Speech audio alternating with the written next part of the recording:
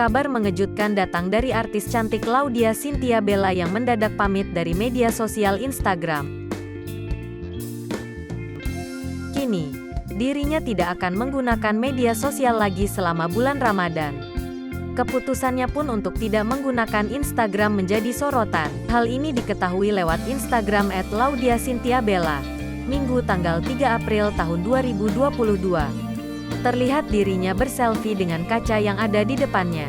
Tampak Bella mengenakan busana muslim berwarna serba hitam. Dalam caption, tertulis kutipan sebuah hadis tentang bulan Ramadan.